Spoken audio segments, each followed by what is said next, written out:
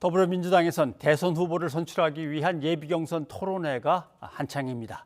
선두를 달리고 있는 이재명 경기지사에 대한 다른 후보들의 집중적인 견제가 벌어지고 있는 상황을 지금 리포트에서 보셨는데요.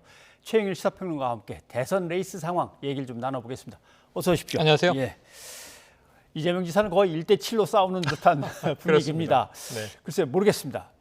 한 사람한테 계속 질문을 퍼서 그 사람이 혼자 다 하니까 네. 다른 후보들은 돋보이지 않고 오히려 또 계속 돋보이는 효과가 있는 건 아닌가 이런 생각도 드는데 보시기에 네. 어떻습니까? 아주 중요한 지점을 말씀하셨습니다. 예. 자, 1대8이었는데 1대7로 줄어든 거죠.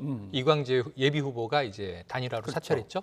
자, 그런데 지금 양상은 똑같아요. 지금 이제 숫자가 9이냐 8이냐가 문제가 아니라 결국은 이재명과 반이재명 구도인데 이 반이재명 구도 7명 안에 네. 바로 이번 정부의 전직 총리가 2분이나 계시고요. 아하. 한 분은 국회의장까지 지내신 분이에요. 그런데 이런 분들이 여배우 스캔들을 물어보면서 굳이 이재명 예비 후보를 공격한다. 제가 보기에는요. 성남시장 이제 경기도지사 현역으로 있는 이재명 예비 후보보다 예. 적어도 이낙연 전 총리, 정세균 전 총리는 국가 경영 전반에 대해서 하실 아젠다가 굉장히 많은 분들입니다. 예. 더 관록 있는 정치인이고요. 그런데 왜 이분들은 자신의 컨텐츠를 이야기하지 않고 이재명의 뭐 크고 작은 흠결들을 이야기하면서 그를 끌어내리려고 하는 것인가? 그러면서 사실은 본인들의 가치를 함께 하향 지금 평준화시키는 양상이 되고 그렇죠. 있거든요. 예. 이게 이번 예비경선 과정의 패착이다.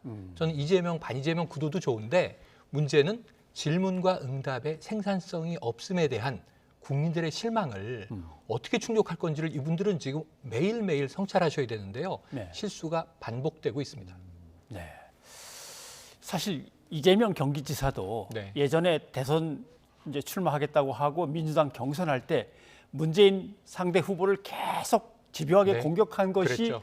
지금 뭔가 하나의 어떤 치명적인 결함처럼 이제 남아가지고 핵심 지지층의 지지를 못 맞습니다. 받고 있는 이게 어려움인 건데 맞습니다.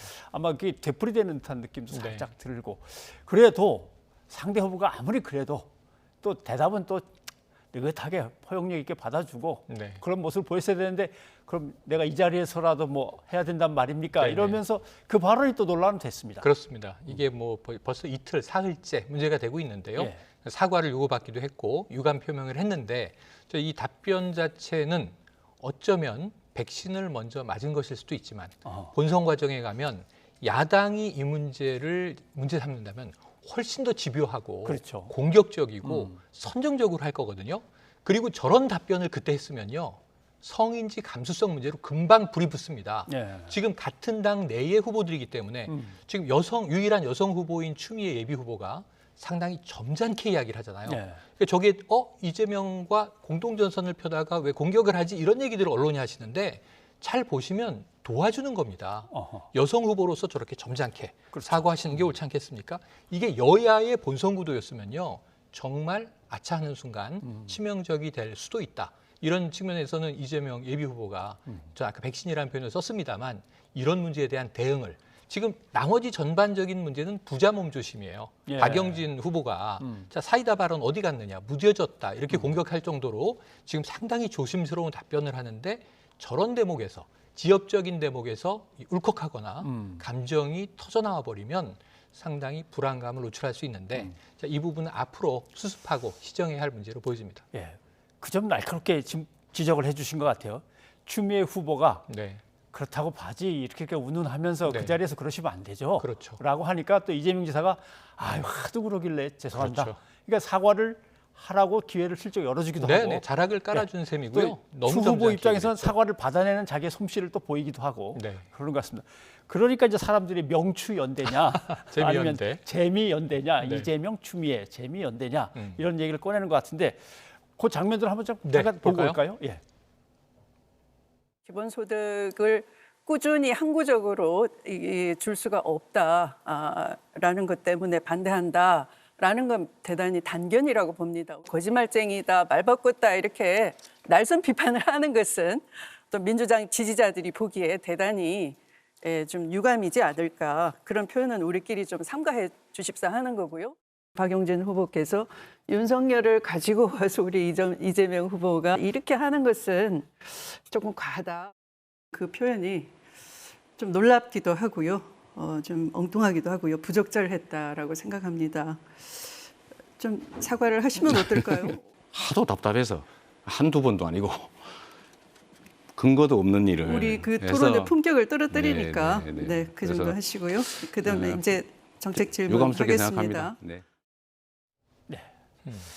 자, 그런데 저 사람들도 그러면 두 후보가 뭐 연대하면서 또 단일화 하는 거 아니야? 이런 얘기 네네. 나왔는데 둘 다 그런 일은 없다고 못을 박는 것 같습니다. 네네, 오히려 이재명 지사가 예. 결국 지금 예비 경선 또 컷오프 이후에 경선 그리고 이제 본선 주자가 9월에 결정이 될 텐데요. 이 과정 자체가 단일화를 향해 가는 과정 아니냐. 예. 탈락을 했던 지금을 공격을 하던 지금 공격하는 상대 후보도 결국 본선 주자 한 명으로 결정되면 다 힘을 합치게 될 테니 예. 특별히 추미애 후보와 연대하는 것은 아니다라는 취지의 발언을 했어요. 하긴 했는데 그럼에도 불구하고 지금 저는 추미애 후보가 오히려 이재명 반이재명 이 전선을 예. 경계선에서 예. 매우 잘 활용하고 있다. 아하. 오히려 법무부 장관 때 그냥 이분법 구도로 윤석열 당시 총장과 격돌하는 이른바 뭐 추윤 갈등이라고 이야기했던 때에 비하면 지금 여러 명의 후보 가운데서는 정치인 추미애의 노하우 혹은 정치력이 상당히 잘 발휘되고 있고요. 지금 보시면은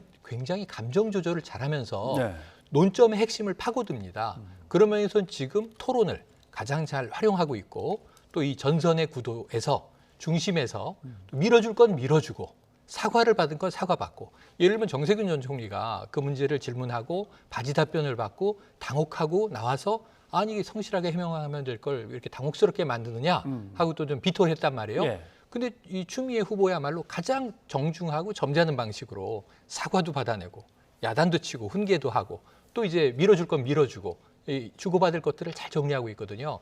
이런 면에서 지금 추미애 후보가 예비 경선 과정에서는 가장 좀 차별화 전략을 잘 시도하면서 차별화, 예. 돋보이는 후보로 부상하고 있다 이렇게 볼 수 그러고 있겠습니다. 보니까 또 강한 면을 보여야 될 때는 보입니다. 그게 이제 예를 들면 조국 전 법무부 장관에 네. 관한 얘기 같은데 그래서 뭐 물론 소신인 것 같긴 합니다만 전략이기도 한 것 같기도 보이고 섞여 있죠. 아니 그 치열하고 그냥 피비린내 나는 그 싸움터에서 다 뒤로 네, 빠져 네. 있었는데 이제 와서 조국자를 입에 올리지 말라 네. 이렇게 나오네요. 자, 예. 조국 전 장관 얘기와 더불어서 사실 박용진 후보가 이렇게 이제 이재명 후보를 공격하죠.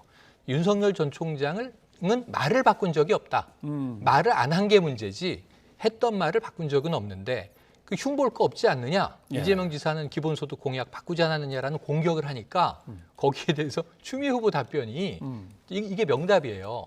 윤석열 전 총장이 말 바꾸기를 얼마나 했는데 내가 그걸 다 알고 있는데 예. 지금 이게 이재명 후보에 대한 공격이 아니라 윤석열 전 총장, 지금 야권 유력 주자잖아요. 거기에 대한 보호가 돼버린 거예요. 비호가 돼버린 거예요. 왜냐하면 이제 국정감사장에서 자 검사가 술 접대 받았는데 어떻게 생각하느냐. 난 몰랐다. 그런 일이 있다면 대국민 사과하겠다. 이런 이야기를 했는데 지금 대국민 사과가 없단 말이에요. 총장 재직 시절이나 지금이나.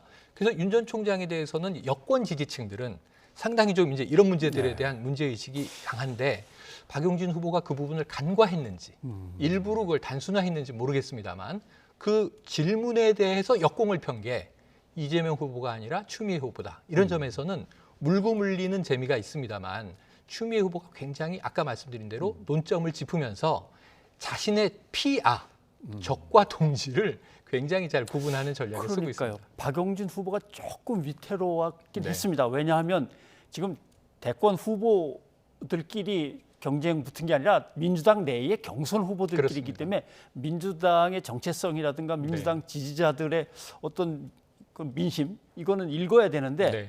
거기 윤석열 전 검찰총장을 확 끌어들여 가지고 이재명 지사를 이제 비판한 거에 대해서는 야 이거 좀 위험하긴 하다라는 생각을 했는데 네. 얘기를 하시는군요. 그나저나 이낙연 후보는 후원금 모금이 상당히 잘 됐다 그러고 그렇습니다. 네.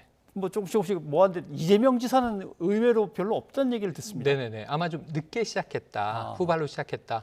아마 이재명 후보도 뭐 모이면 상당히 모이면서 최종적으로는 어떻게 될지 뭐 모르겠습니다만 지금 일단은 이낙연 후보가 워낙 앞서가는 후원금 규모인 것 같아요.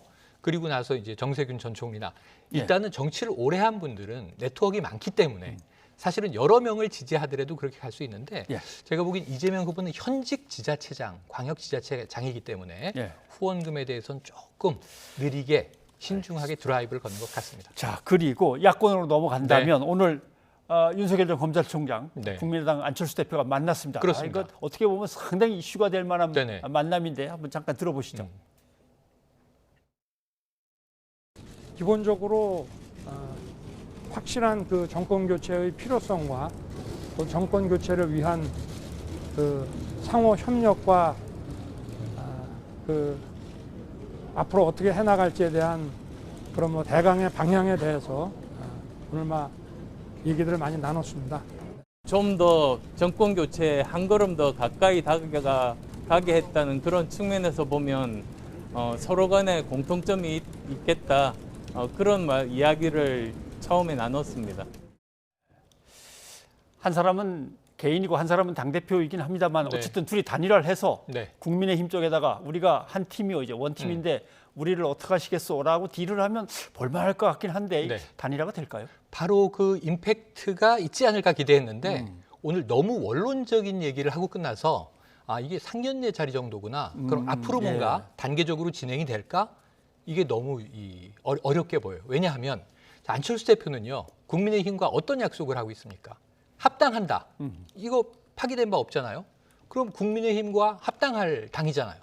그럼 윤석열 전 총장은 입당한다고 공식 선언한 바 없지만 예. 지금 여러 가지 흐름은 입당하는 쪽으로 더 이상 이제 삼지대 정치 세력화, 독자 신당 창당은 없던 이야기로 흘러가고 있단 말이에요.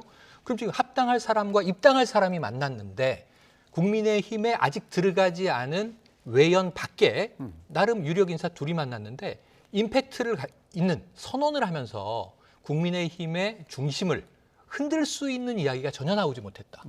그렇다면 앞으로 뭐 서로 이해하게 됐다. 뭐 만났으니까 이해해야겠고요. 네. 뭔가 이제 정권 교체를 위해서 함께 힘을 합치자는 얘기는 야권 인사라면 누구나 만나면 할 수 있는 얘기고요.